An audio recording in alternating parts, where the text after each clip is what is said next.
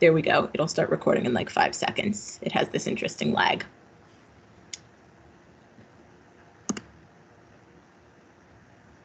Awesome. Well, thank you everyone for being here. Does everyone have access to the agenda that I put in the calendar invite? Or does anyone need it?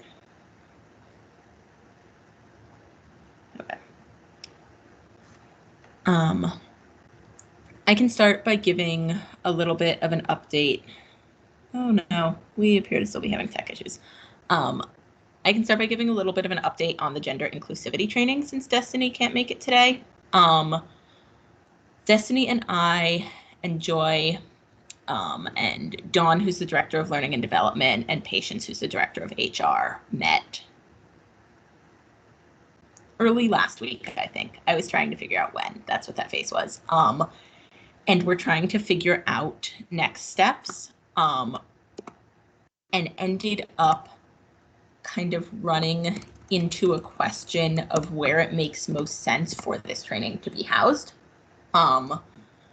Because the city's like racial equity. Oh, Becca, is your sound working now? Hopefully.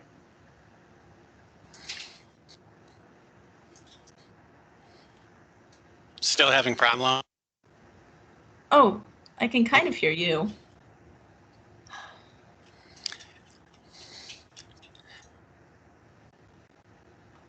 Not good.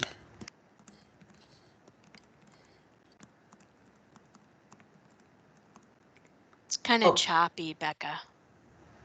Yeah. Yeah. I'm gonna put in the chat the number to call in by phone. Whoops.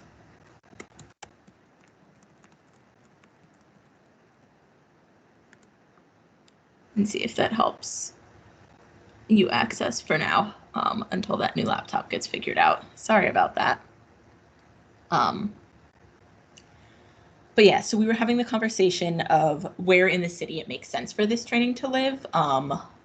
Most of the city's like internal, so like for city employees, capacity building work around racial equity is hosted and coordinated by the Division of Race and Equity, whether it's us providing the training or us contracting with external trainers. And so the trans equity or the like gender inclusivity trans equity training was the only kind of piece of training directly related to our work that was living elsewhere. And so we ran into this question of, okay, we can try to go find funding for this, and then reach out to the potential trainers we've identified, but whose role actually is it to do that? And while it had been living in HR when it was initially piloted, as you all know, this kind of moment when the contract is up and we're getting things going again is an opportunity to figure out long-term what makes sense. So the goal right now is for some folks in race equity to connect internally about like what the other trainings we're offering for the year look like and what makes sense on our end. And we'll be circling back with HR as they're also like doing some work on their end to figure out what makes sense. And hopefully from there can figure out like what is the best infrastructure we can build to hold this so that the TEC won't have to do as much like nudging ongoing to make it keep happening. You all have done a great job over the past few years. Ray, I can see your nod because you've been here for the longest of that, of like continuing to push so that this happens.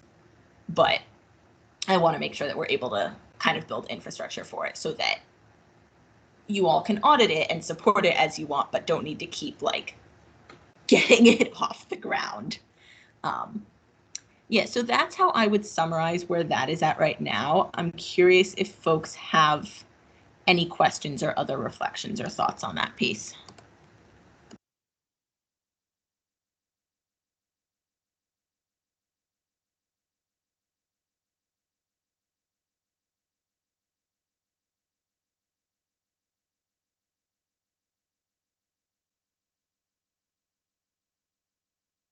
This is Ray. I don't know the politics behind it, so whatever works and is sustainable, I'm all for. It doesn't matter to me where it lives, as long as where it lives, it'll stay there and you know, be successful. like be offered and consistently be paid for and all that stuff. So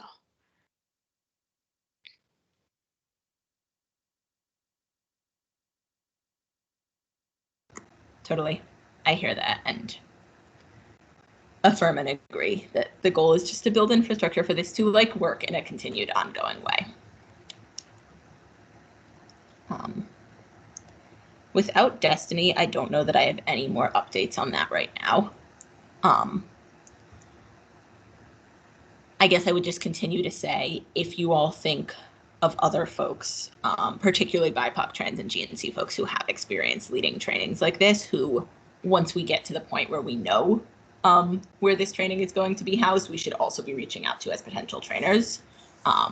Please connect me to folks or send names my way so that we make sure we're reaching out to enough people that some of them are interested in contracting with the city and this is able to move forward.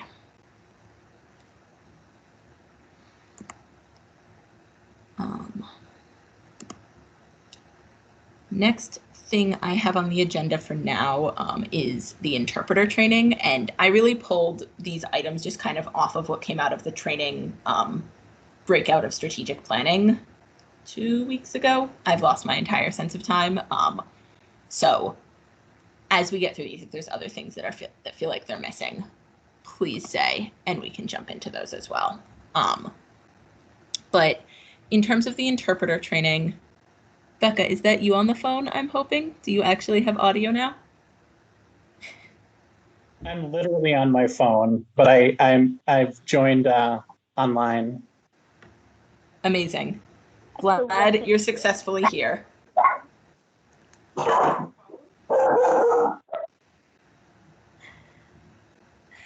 Okay. Glad to successfully have everybody. So in terms of the training for ASL interpreters that Hunta has been working on, I met earlier this week with Nick from Neighborhood and Community Relations, who coordinates all the city's interpretation and translation work. And I'm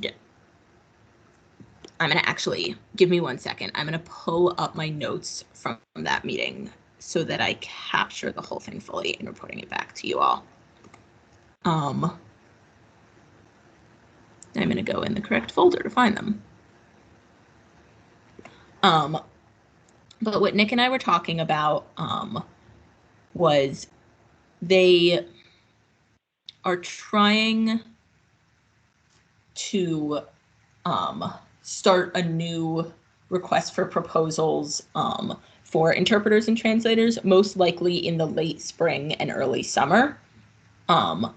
And kind of moving through that, they would want to be training both ASL interpreters and spoken language interpreters, as well as translators, with the new round of contracts in 2022.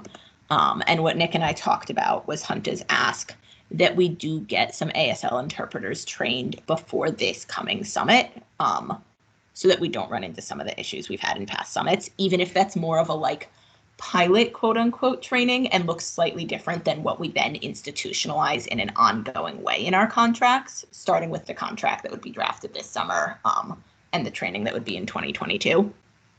And so the hope is that that could happen. He and I talked a couple days ago. He's following up with his supervisor, and I sent him kind of the budget that Hunta and Lucian had proposed. And just more details about that training. And it does seem like it potentially could happen. We're also just going to be really intentional for the summit. Last year, we tried to schedule ASL interpreters far in advance and the requests got lost. And so we booked folks a little more last minute and weren't able, like not everyone we wanted was fully available. And so this year we're going to really try to make sure we have none of those snafus so we're able to get the most qualified folks. But cross fingers, the goal is that we would be able to do one pilot ASL interpreter training this year and then move from there into some of the kind of longer term work, because Nick has just not been able to focus on the longer term parts of his job for like the entire last year due to COVID.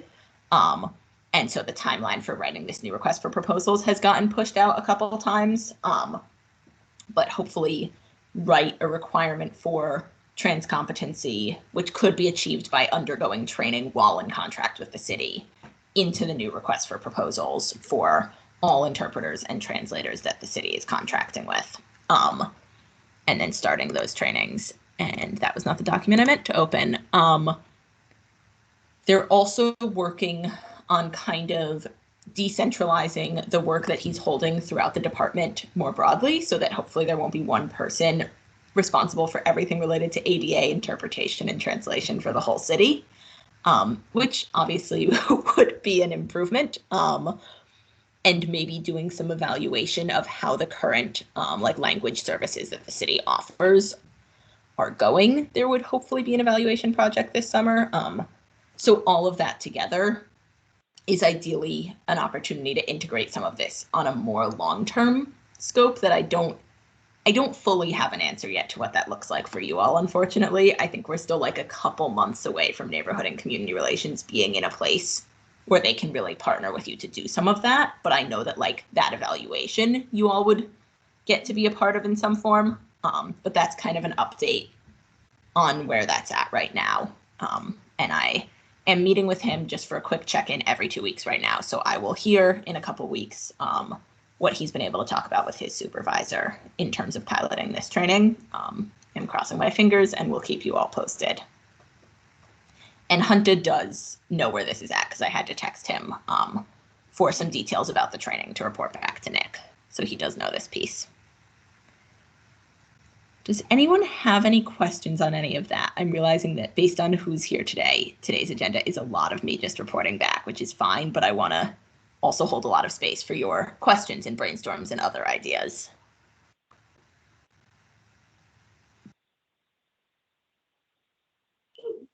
Hi, this is Becca, BCCA. Just a question, and maybe this is something track we can take offline. I'm just curious about the rough timeline for the RFP process for the city. I imagine there's quite a lead time for building the RFP, offering it, getting responses back, and then actually selecting vendors.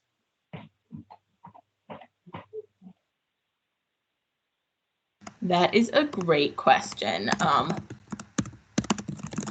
I'll be completely honest that I don't know 100%, but my understanding is that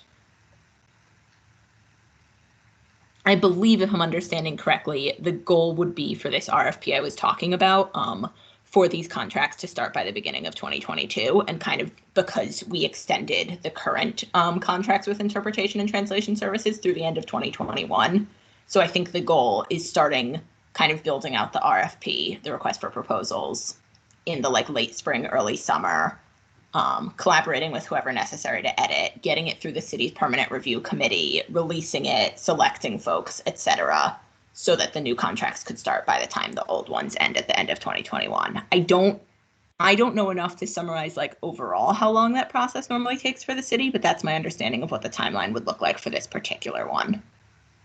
Sure, that's helpful. And then that just really highlights that we still have that need for this year's summit to try to take some action there ahead of time. Okay, thank you.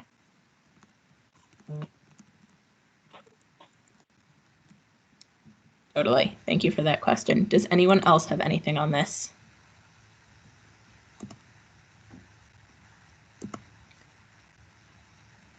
Not. The next thing I know you all had talked about in strategic planning was creating a more quote unquote like 201 level city training. And I wanted to create some space, partially just to brainstorm more around what you want to see that look like. As we're kind of fleshing out with race equity and HR, what trans equity training looks like in general. I think hearing more from you all about what you want out of this particular piece feels super helpful to me personally anyway.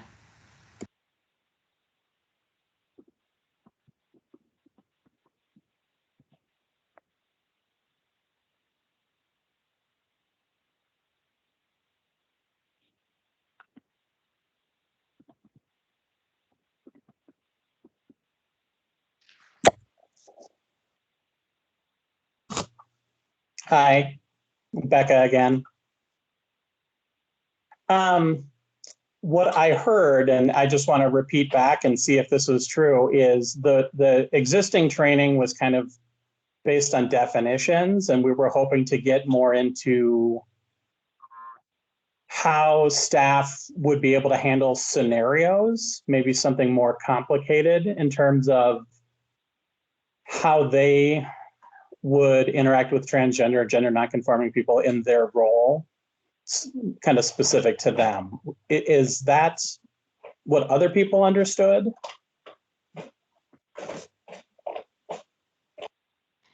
It was, this is Ray, R-A-Y. It was more interactive than that, but it was like just more of an awareness stage. If I remember right, there was some scenario work. So I think the 201 would more be like transformation, kind of like instead of going through to try to kind of make the education stick. So once you've done a scenario, can you come back and think more about how to transform not only like personal understanding of how to behave in those situations, but different policies and best practices overall, so that there's really a change. And hearing Shore talk about how they thought about it was kind of helpful too at the last meeting. Yeah, I don't know, someone else. I'm tired, I guess, sorry. You're good. Would you or someone be willing to speak a little bit more to what Shore said? I wasn't in the breakout rooms, and so partially just also want to capture that for the notes. Yeah, I think, and someone else tack on, but they were just really talking about how do you own what you know to do something different, instead of just kind of being aware and trying to be better. How do you actively try to change your department and make meaning for yourself, I guess?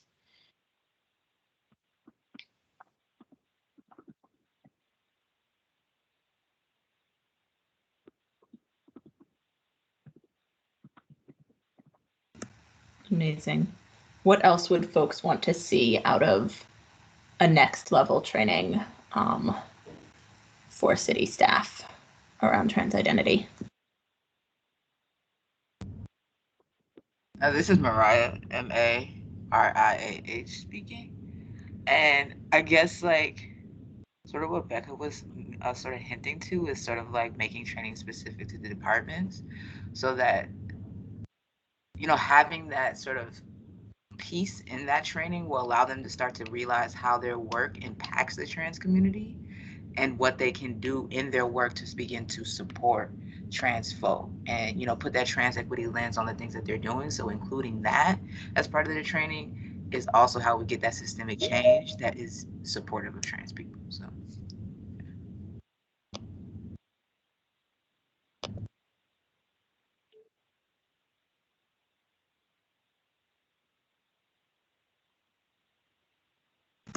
Totally. Thank you for that.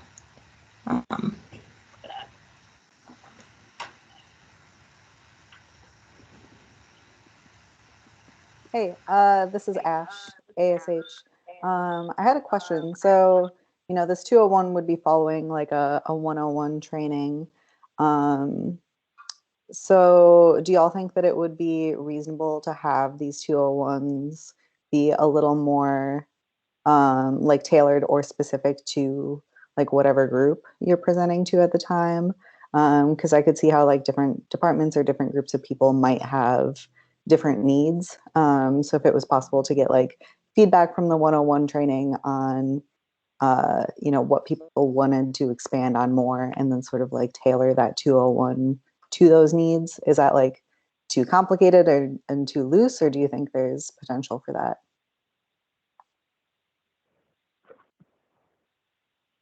This is Ray again, R-A-Y, and Becca knows this too. So when we did this kind of training in the county, so across the street, that definitely change the scenarios out. So there's a little bit, if someone requested the training, there's a conversation about like, what are you noticing that made you request this, or what kind of confusion or behavior might we run into or have you dealt with? And also, what are kind of the everyday interactions or work that you do in your department, so we could write custom scenarios that would be direct and kind of teach what they needed to teach. I think that like the intake part is really important, because we would do that part, but the part that was missing was really having some supervisor or tone setter in the room reinforce kind of norms for the room as well. So kind of they knew the personalities, right, of the people who were in the training. Um, and it's really helpful to have someone who can give you a heads up about like, this person is really going to push you, will handle it, or whatever. So that's another helpful way to customize. I feel like it's all a conversation when you're developing the customization, if that makes sense. Totally. I think I'm also wondering, from what you just said about like smaller groups and knowing the room in advance, if you were envisioning the 201 more so for like, if somebody requested it, it would still be a thing for their entire department, or more so where like every individual would opt in, like IT could have, and only the people who wanted to from IT would go instead of all of IT, or either option. Yeah, I could totally see that. We never had a 201 in the county, or we don't yet. So I'm talking on a 101 level, but it would be even better with 201 to have kind of a pre-call with everyone who is opting in and say, like, what brings you together? What do you have in common? And what are you thinking about? All the better to not just go with like, who's in power in the room, so that could be really cool. And then you could have it be more interactive if you limited the size more, because I think we were always looking at like hopefully 24 under or something, or 20 or under, and if we could go 12 or under, 10 or under, the work could be much deeper in the 201 class.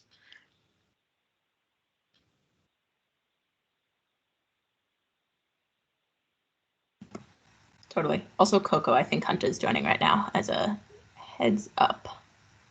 And hopefully your audio is working at this point.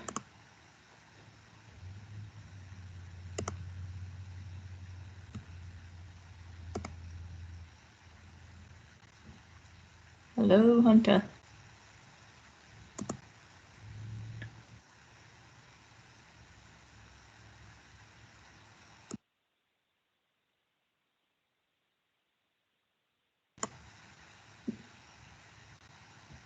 Maybe not yet, but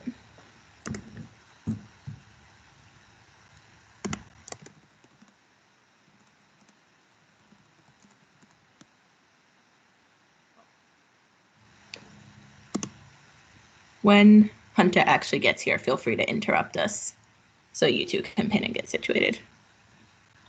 Or, Coco, are you talking to us? Because we don't have audio from you. Or at least I don't.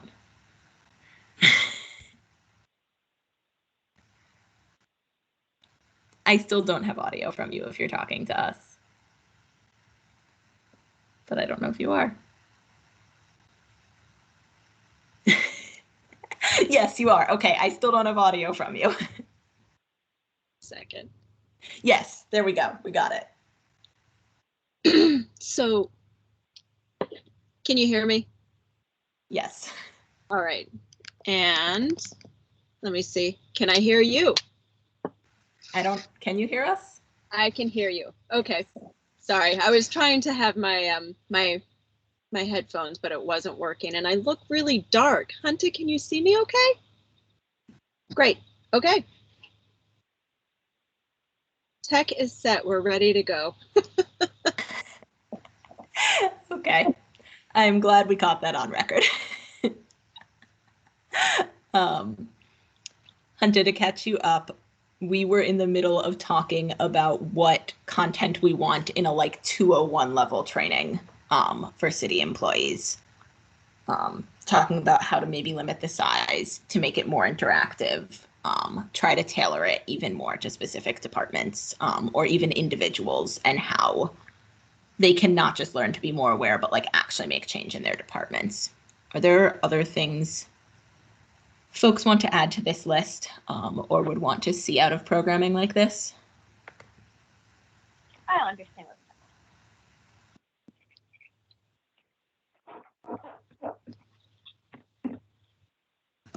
Sorry, was that someone on the phone jumping in?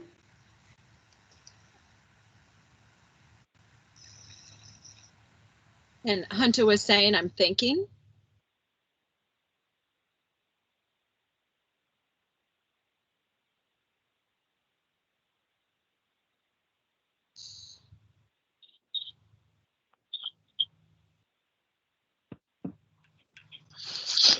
This is Nico, an ICO.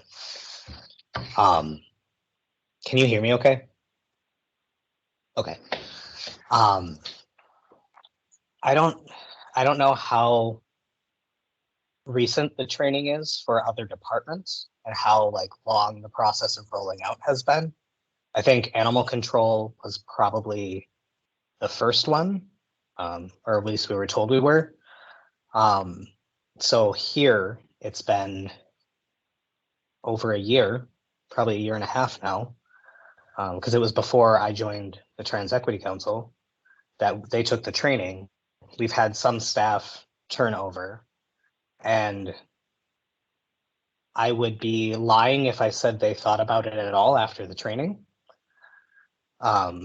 So would it be too much to ask of a 201 to have like a quick refresh of 101, or even like a 201 has to happen within a certain amount of time from the 101, so it's still in people's minds? I mean, here, I guess I wouldn't know how many other trans people they interact with out on the road. They get me every day, but I can't say that they're thinking about it. I mean, it's not like on my forehead, ask me a question, I'm trans, but maybe it should be. I don't know. I don't know how to keep it fresh. And maybe we're also, I don't know how many other people on the council are part of one of the city's enforcement agencies. So it can look very different than an office setting where, or like a different type of human services department. I don't know, I think a refresh or a requirement of going through a 101 closer to the time you do a 201, at least in our department, would probably be useful.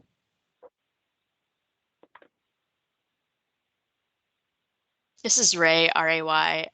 I also appreciate that, Nico, because if like maybe they need the whole of 101 again, or with some follow-up that kind of drives it home, like a staff meeting to talk about what you learned, which we've talked about instituting. Yeah, I'm just thinking of like turnover or it not being absorbed. It has to be built in as a regular offering so that a department head doesn't think we did it in 2020, so we're good, even though maybe it's like 80% turnover by 2030, So that's really good to think about.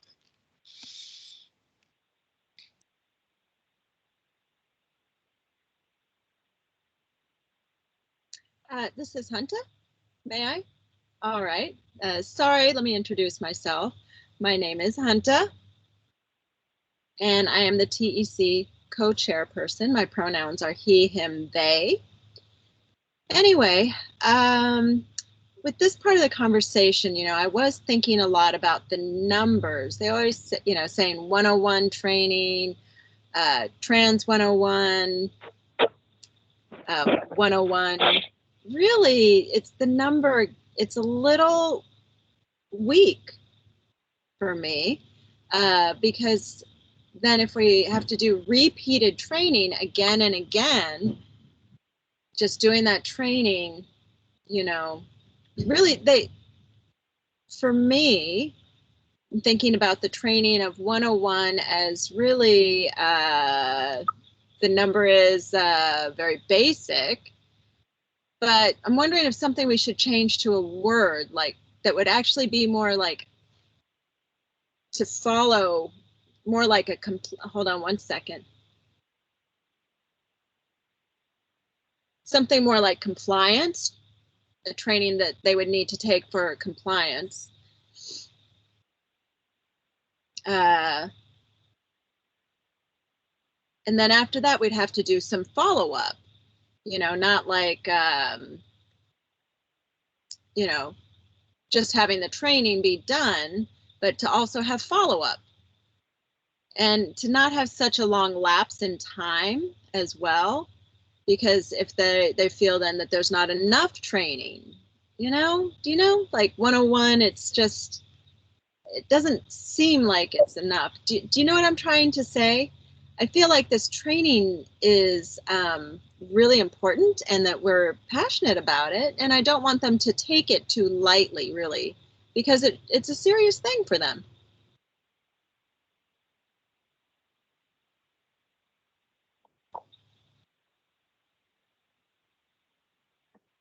That's all I had to say. Just wanted to put it out there, you know.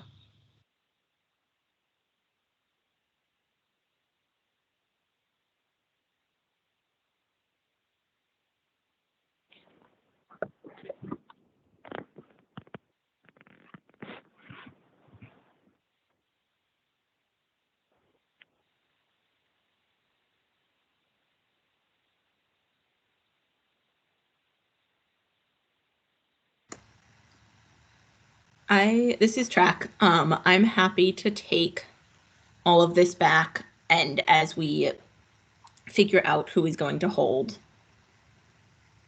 all of the different pieces of this training, bring this into kind of shape what a next piece can look like. I will also say transparently the two barriers that I know will be named or that like exist in this. One is around staff capacity. Hopefully, if this is just about like managing a contract with an external vendor who's providing the training, whether it's in HR or race equity, we will have the capacity to do it.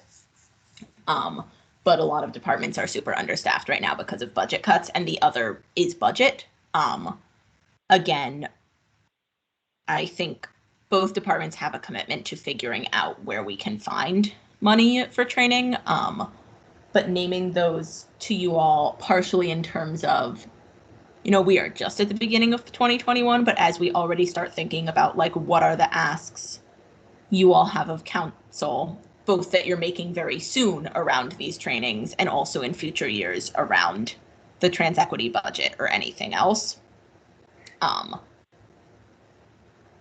Depending on what budget cuts continue to look like moving into future years, in order to like get 201 training really institutionalized, that may be another like area of ask that's worth continuing to promote, is making sure we have enough funding that can happen well.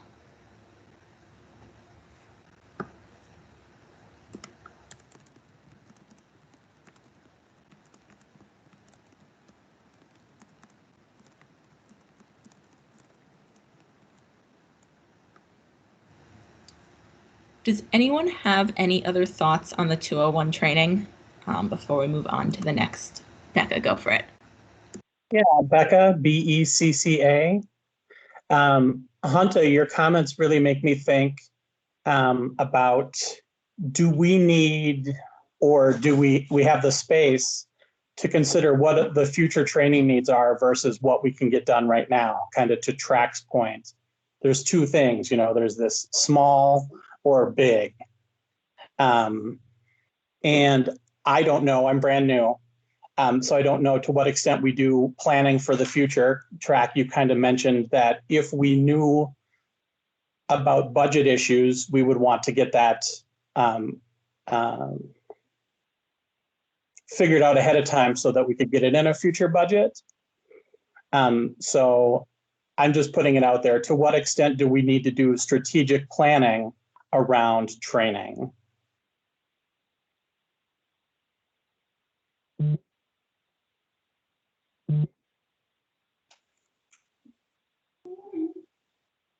And I don't know if that's a question solely for today.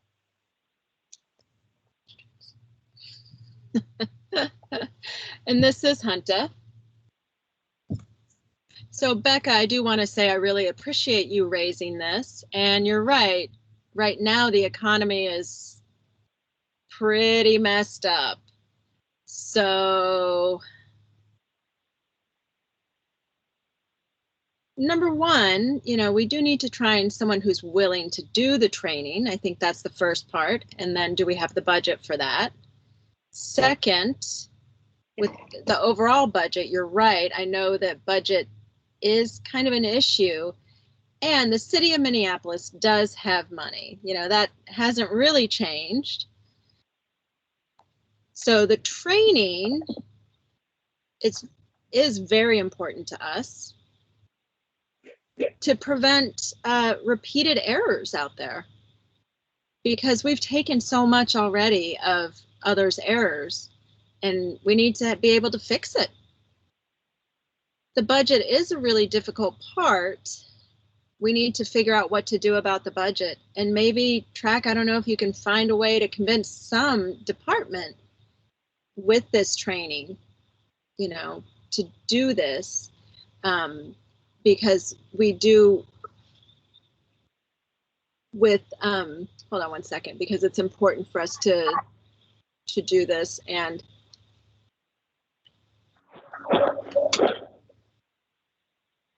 because as Becca said, you're right, bringing this up, that maybe we should do some strategic planning regarding funding and the budget. And is there really space for it? You know, we do have space, but, you know, we always have to deal with the uncomfortable space while we're doing this training? Because do they really get it? Do they?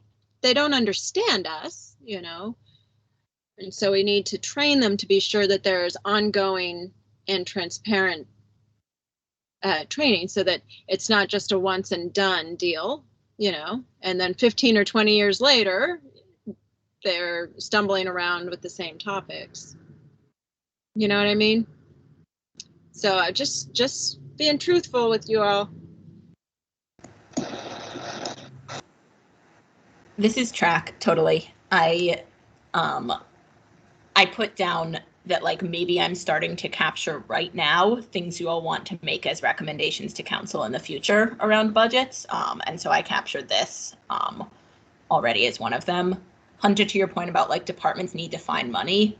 The update you missed at the beginning is we're trying to figure out whether this is going to be something that is the responsibility of HR or is the responsibility of race equity, but either department is committed to figuring out where in the city there is money for training right now, at least on a, I agree with you that maybe 101 is not the right language, but until we come up with a new label, I'm going to say that for right now to be clear.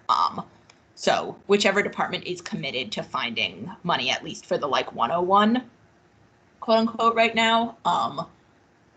And I think it'll be the push then to see if we can, as you said, like, we need follow-up, institutionalize not just that 101 training, but find funding to institutionalize something that comes back to departments regularly. And that, Nico, I really appreciate your feedback that, like, none of your coworkers appear to have thought about it ever again, because that's not the only time I've heard that feedback about this training, as in, like, that you're not the only department I've heard that about, and that feels really concerning. So I'm committed to pushing internally around finding enough money that we can like create something with enough follow-up that people actually try to make change, and feel great about recording that as something for future TEC recommendations as well, to like find that money in an ongoing way and not a where can we scrape it together this year that might look totally different next year type of way, which is my understanding of what's happening right now. People keep saying things like, oh, we'll ask if there's any money somewhere. So I truly don't understand where this potential money is, but would like it to be somewhere more sustainable in terms of ongoing work. Hunter, I see your hand. Hunter?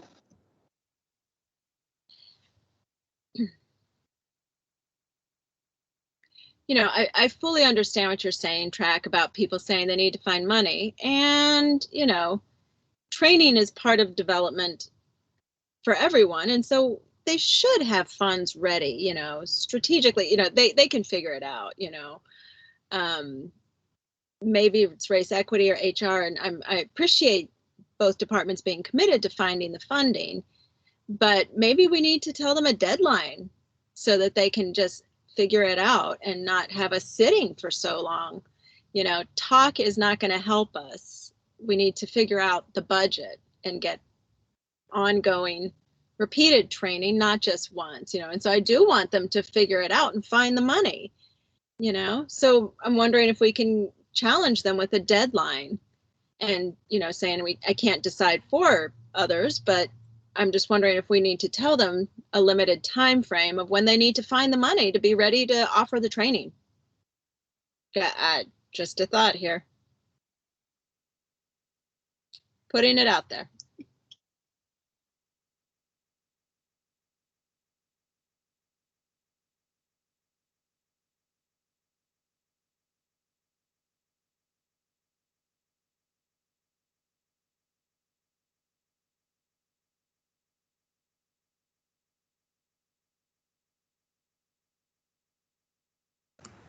This is Track. Does anyone else have thoughts on that?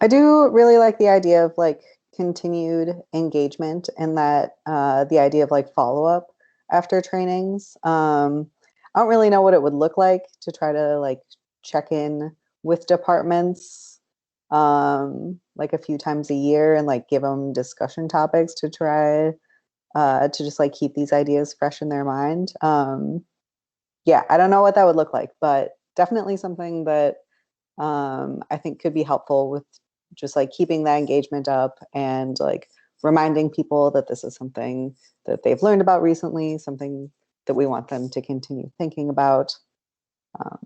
Yeah. This is Track. I will say, I know we've had the conversation before, and I appreciate Ray naming, like, this is not the first time we've suggested this of like, can supervisors bring this up in staff meetings afterwards? And I tried to bring that up in our meetings with HR as well. And I honestly think one of the barriers with that is that no one in race equity, and transparently no one in HR, if they're holding this, actually has the authority to make supervisors do that.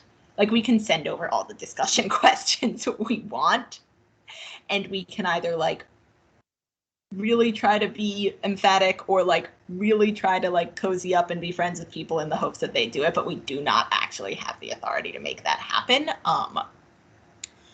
I'm curious about strategizing, just like, if that is something which feels important, which I agree, like hearing things from supervisors on a repeated level really is, what are the ways we try our best to get that to happen? I also know that the Trans Issues Work Group, which is an internal city group, now has staff representation from most, if not all, departments. That's like one staff per department. And sometimes these are departments who are hundreds of people with lots of different divisions within them. But maybe we also leverage the staff in the Trans Issues Work Group to be like, great, your department just got trained. Can you reach out to other folks in your department and ask them to, like, I think I would love to hear from you all.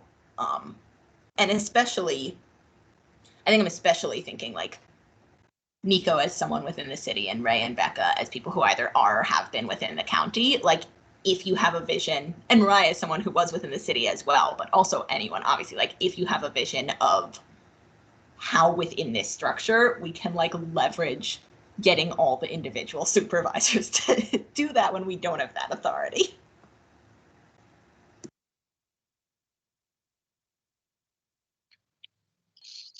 This is Nico. Our director would be very easy to convince to do something. I mean, she's the one who requested the Trans 101 training to begin with for us. I don't know if I'm the only one from regulatory services on the trans issues work group. Okay, good. I could see departments like they changed recently. The inspections department that includes housing and fire now being very difficult. They were really difficult in the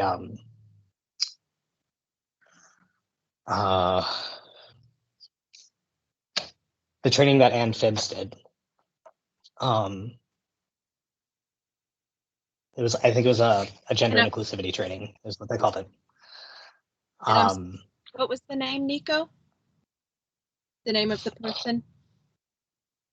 Ann Phibbs. Phibbs is Phibbs. Thank you.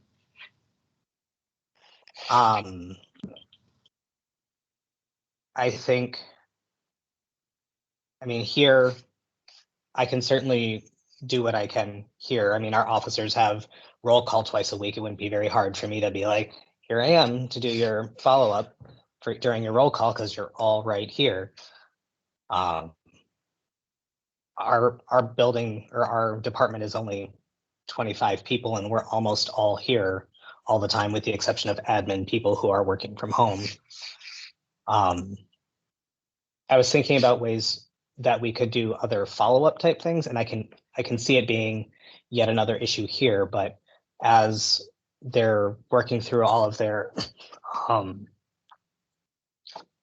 the diversity and inclusion class points that you have to get in regulatory services, the required, like, you have to do 6. It's not hard. Most things are like an hour and a half, but having more options for us, which usually comes down to somebody has to find it and then propose it to race and equity, and they have to approve it as a, like, you can do this for a point. And it can be watching a documentary, it can be reading a book and participating in a discussion. They would be somewhat easy ways for most, I think, a lot of departments. The issue I can see here is nobody here thinks that they have enough time to do all of that because they're on the road and driving for their entire shift. And so it's getting them off the road time. I imagine traffic control has a similar issue. Housing inspections or all the inspections might have a similar thing because they're out driving. So figuring out how to get supervisors to be like, okay, you can have, 2 hours off the road to do your training. And then having options that include us. I was going down a path toward a point and I lost it about halfway through, so I'm sorry. This is track. That was still helpful for me anyway. This may be because I'm new at the city. Are you sure it's race equity and not HR that approves the things that count for points? I think points is fully an HR system, but could be incorrect. And I can also follow up on that, but I'm just trying to draw this map in my head, and that's different than what I thought it looked like.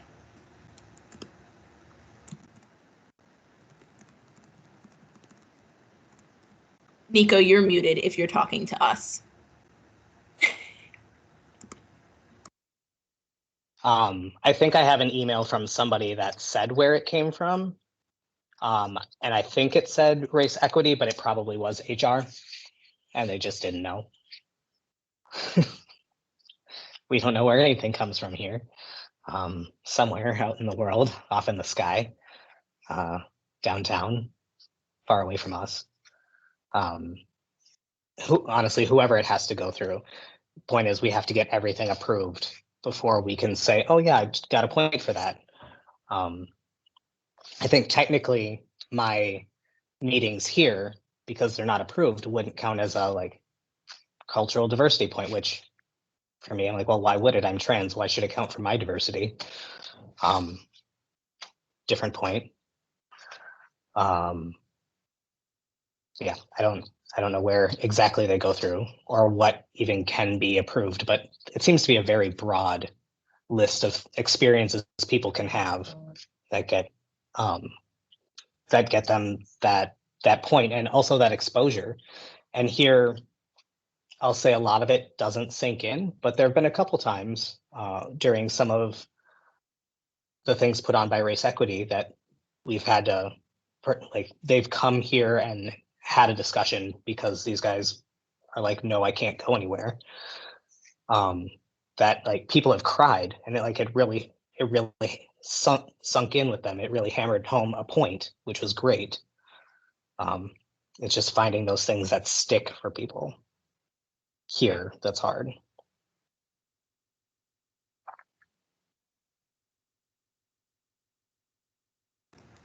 I appreciate that. And I appreciate the reminder that, yeah, if the follow-up is integrated, regardless of whether this is held in HR or race equity, if the follow-up is integrated with some of these pieces around diversity points, I did not actually know what they're called, so I'm going to use the language you were using because I trust you on that, that helps hopefully make it happen both for supervisors and for staff.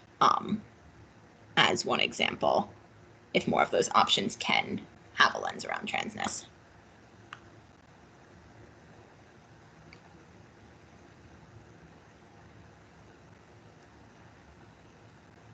I'm also, the only other thing I will say is I'm still, oh, Mariah, you were going to go. Never mind, jump in. I was just going to say, when I was just doing the Stonewall oral history stuff, like, one of the things that people wanted was additional resources. Sorry, this is Mariah speaking. People wanted just a space to go, like just online or wherever, to find additional resources and engage in that way. And that's a whole job to build out, like sort of like that, what that web page looks like, where those resources exist. And I feel, you know, in launching something like that, you also should provide these directors with strategies to begin to implement trans equity in their work, which is a whole job to draw up those strategies, what that looks like, et cetera, and keeping your staff engaged in trans equity. That's going to take a lot of energy and a lot of money to support people to do that work, but that's just where my mind dreams around what that looks like. So let's be transparent. No, thank you for that. That's literally exactly what I was thinking about, was your point earlier about how do we get staff to actually like take this and start to shift what their department does as a result. And I keep thinking about the trans issues work group because it's the only way we touch not every, but most departments right now in a more standardized way. And am curious about if we leverage the staff on the trans issues work group to, wow, fully lost my train of thought. Sorry, it's coming back. But if there's a way to leverage the staff on the trans issues work group as a way to figure out strategies for each department to get them doing more trans equity work, because I think sometimes we're working on projects in the trans issues work group that are only relevant to like 4 or 5 of the departments in the space. And so it's still great to have everyone there, but if that can also be a space where the people in that space are committing to figuring out like, what does my department need to be doing and how can I be bringing that back? Maybe that's one way where it's actually everybody's job, because you're right, it's a whole job, but theoretically it should not only be the trans equity staff in the city whose job it is to figure out how the city does trans equity work.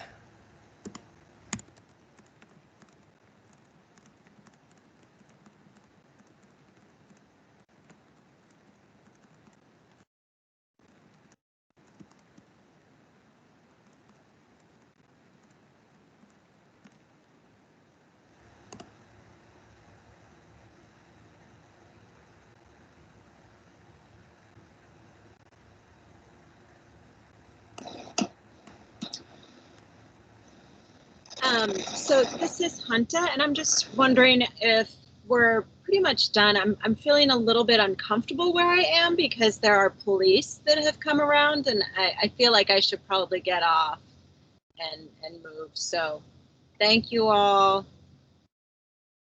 Good. Thank you for being here. Yes, please go somewhere safe. Do what you need to do. Yeah. Okay. Bye-bye. Goodbye, everyone.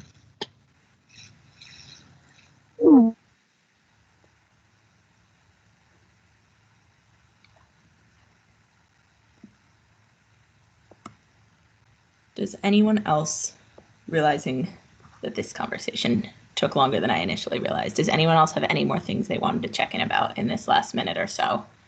I will commit to bringing these things back to the race equity conversations about how trainings move forward, and to the planning for the trans issues work group, and to kind of the list of future TEC budget recommendations. But if I'm missing next steps, or if there's other things you all wanted to name, please jump in.